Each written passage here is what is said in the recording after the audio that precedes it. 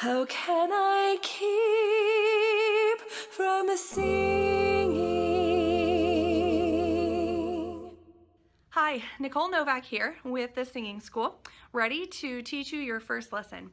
Now, when we are singing, there are obviously so many factors in place. Something that I frequently find myself saying in first and second lessons is to remember the very basic, and that is that your body is your instrument. There is nothing else. And when you're sick, then you've got gunk in your instrument. When you are out of breath, then you've got some issues there. Probably the most common thing that I see that is so easily fixed is poor posture. So proper singing posture should never be rigid. It should never be stiff. It should actually be very, very comfortable. However, if you were to take a flute, for example, that's a nice straight instrument, not that your body is straight, please, but that is a flute's proper shape.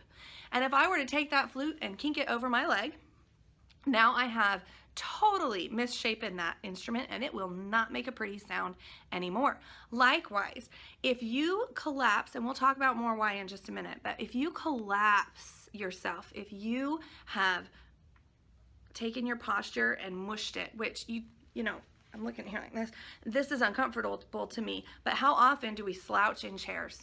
I see that poor posture so much as a choir teacher. Everybody comes in tired and they plop down in their chairs and they just sag and they just bleh, and then they try to sing like that. I also see a lot of the opposite, where kids lean back in the chair and kind of scoot forward and kind of relax back.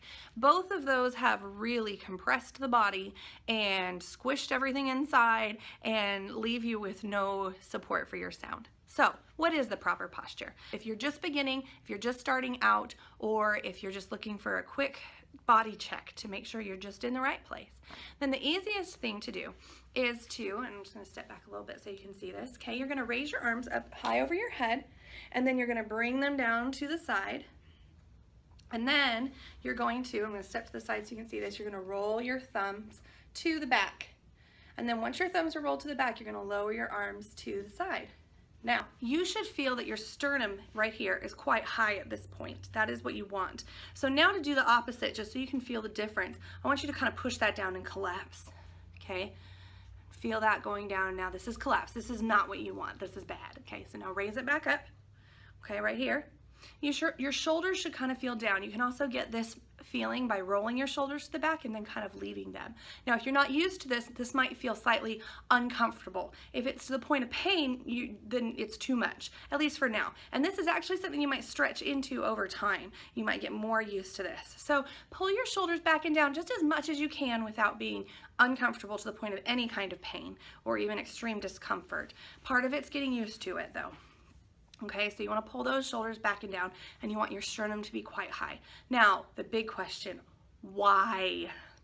I'm going to go over this in detail in an entire breathing video, but just as a quick precursor, breathing is half of singing, at least. I mean, it's huge, because it's everything. How your breath, how you breathe in, and then what it does inside, and how it comes back out, that is singing. That's singing. It's all about the air, right? And that air needs to be able to go in and out smoothly without constriction.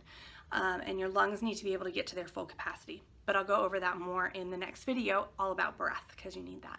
So this is your proper posture. Your feet should be spread about shoulder width apart. It does not have to be exact. Dear me, it does not need to be like regimented at shoulder width. Okay, but about shoulder width apart. You want one foot slightly in front of the other. You're almost creating a tripod with your feet to the best of your ability. Okay, so you want your feet slightly apart. You want one foot slightly pointed toward the outside, just a little bit. All right, this will help give you a solid base to sing on, and that's what you want.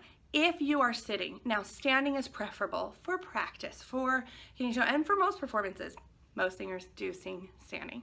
If you can't stand or are practicing a lot and get tired, then a stool is the second most preferable thing. And third, if you have to sit in a chair, which unfortunately is where most choirs sit in chairs, please, please, please, please, please get your back off the chair like your choir director has told you 1,000 times. Sit on the edge of the chair. That way you can sit with that tall posture. Chairs are not built for singing. Can I repeat that? Chairs are not built for singing. You need to sit at the edge of the chair so that you can sit tall and fill those lungs with all of that breath and have your muscles available to do what you're going to learn how to do here and sing properly. So please listen when your choir director tells you to scoot to the edge of the chair and do it. And that applies to every singer of any kind. You've got to scoot to the end of that chair and sit tall. All right? Okay, that's how you get set up for singing. Keep watching for the next video, which is going to go over breath in detail.